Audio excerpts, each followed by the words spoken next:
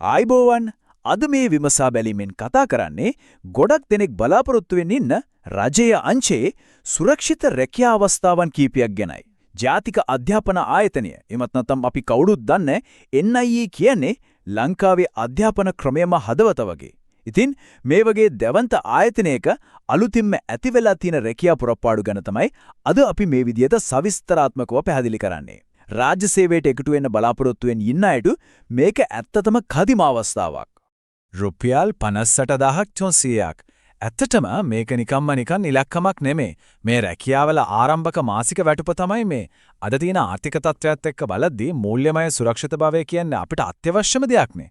ඉතින් රජයේ රැකියාවක් ආරම්භයේදීම මේ වගේ හොඳ ආකර්ෂණීය වැටුපක් ලැබෙනවා කියන්නේ ඇත්තටම ජීවිතේ ලොකු ස්ථාවරත්වයක් ගොඩනගා ගන්න ලැබෙන ඉතාමත් වටිනා අවස්ථාවක් විදියට හඳුන්වන්න පුළුවන්.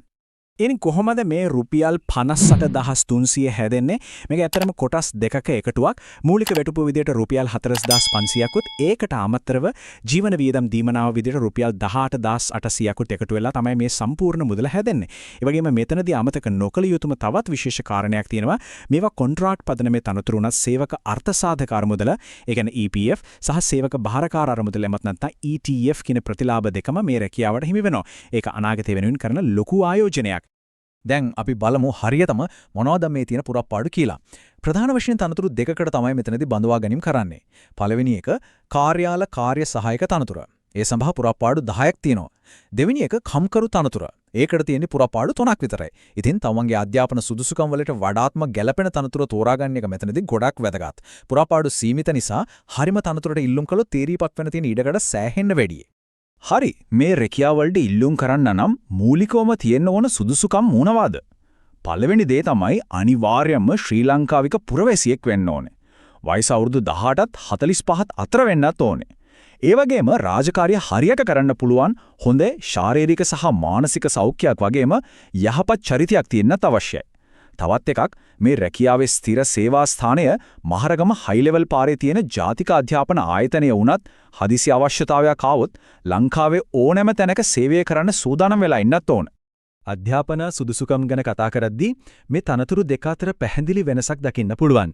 කාර්යාල කාර්ය සහායක තනතුරට නම් සාමාන්‍ය පෙළ විභාගයෙන් උපරිම වාර දෙකකදී විෂයන් 6ක් සමත් වෙලා තියෙන්න ඕනේ. ඒ වගේම ඒකෙන් විෂයන් දෙකකට සම්මාන, ඒ කියන්නේ ක්‍රෙඩිට්ස් තියෙන්නත් අනිවාර්යයි. හැබැයි කම්කරු තනතුරට ඉල්ලන සුදුසුකම ඊට වඩා ගොඩක් සරලයි.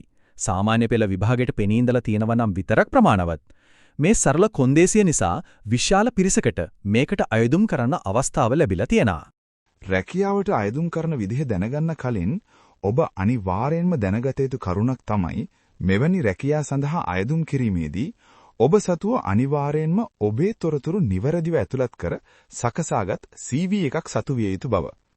තාමත් ඔබ සතුව එවැනි CV එකක් නැත්නම් දැන් ඔබට පුළුවන් ලංකාවේ අඩුම මිල ගණන් යටතේ අඩුම කාලයකින් ඔබටම ගැළපෙන දෙස් විදෙස් පිළිගන්නා નિયમિત වෘත්තීය මට්ටමේ CV එකක් අපි ලවා නිර්මාණය කරගන්න.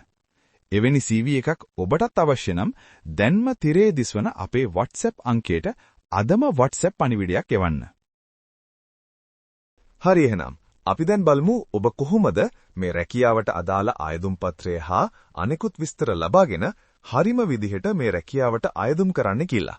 ඒ ගැන අපි දැන් පියවරෙන් පියවර බලමු. ඒ සඳහා මුලින්ම ඔබට කරන්න තියෙන්නේ www.rakia.online කියලා Google එකේ සර්ච් කරලා අපේ වෙබ් අඩවියට පිවිසෙන එක. මේ සඳහා ඔබට අවශ්‍ය නම් මේ වීඩියෝ එකේ පහළ අපි ලබා දී තියෙන ලින්ක් එක උනත් භාවිතා කරලා වෙබ් අඩවියට ලේසියෙන්ම පිවිසෙන්න පුරුවන්. ඉන්පසු මෙතන Find Jobs බටන් එක ක්ලික් කරන්න.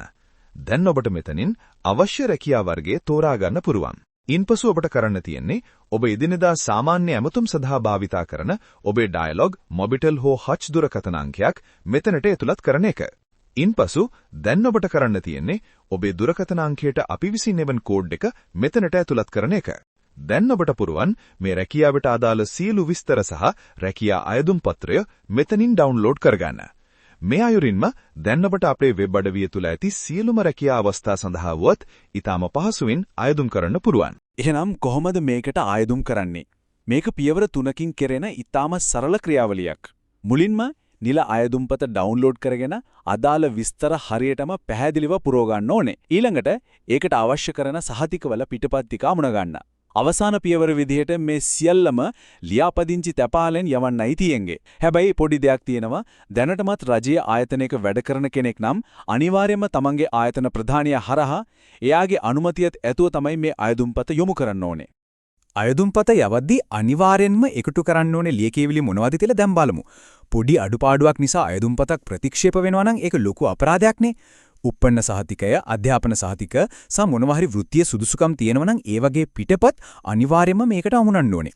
ඒ වගේම කලින් වැඩ කරලා තියෙන පළපුරුද්දක් තියෙනවා නම් සේවා සහතිකත් එකතු කරන්න පුළුවන්. හැබැයි මතක තියාගන්න ඕන වැදගත්ම දේ තමයි කිසිම වෙලාවක මේ සහතිකවල මුල් පිටපත් එහෙමත් නැත්නම් ඔරිජිනල්ස් තැපෑල් කරන්න එපා. පැහැදිලි ජායා පිටපත් විතරක් යවන්න වග බලා ගන්න. මේ ඔක්කොම ලියකියවිලි හරියටම යවන්න ඕන ලිපිණය තමයි අධ්‍යක්ෂ ජෙනරාල් ජාතික අධ්‍යාපන ආයතනය තැපැල් පෙට්ටිය 21 හයි ලෙවල් පාර මහරගම. මෙතනදී හොඳට මතක තියාගන්න ඕන තවත් දැඩි කොන්දේසියක් තියෙනවා. මේ අයදුම්පත් සාමාන්‍ය තැපෑලෙන් හරි වෙනත් කුරියර් සේවා හරහා හරි යවලොත් කොහෙත්ම බාරගන්නේ නැහැ. අනිවාර්යෙන්ම ලියාපදිංචි තැපෑලෙන් ඒ කියන්නේ රෙජිස්ටර්ඩ් පෝස්ට් එකෙන් විතරමයි මේවා යවන්න ඕනේ. ඉතින් ජාතික අධ්‍යාපන ආයතනය වගේ මුළු රටේම අධ්‍යාපනයට බලපෑමක් කරන අනාගත පරපුර හැඩගස්වන දැවන්ත ආයතනයක සේවයට එකතු වෙන්න ලැබෙන මේ වගේ කදිම අවස්ථාවක් මගහැර ගන්නවද? තමන්ට අවශ්‍ය සුදුසුකම් තියෙනවා නම් මේක මූල්‍යමය සුරක්ෂිත භවයේ විතරක් නෙමෙයි වෘත්තීයමය ගෞරවයත් ලැබෙන ස්ථාවර ගමනක ඊටමත් සුබ ආරම්භයක් කරගන්න පුරුවන්. රජයේ රැකියාවක් කියන්නේ හුදෙක් රැකියාවක්ම නෙමෙයි ඒක අනාගතය වෙනුවෙන් කරන ඊටමත් ශක්තිමත් ආයෝජනයක්. මේ වගේ තවත් වැදගත් තොරතුරු රැගත් විමසා බැලීමකින් අපි නැවතත් හමු වෙමු.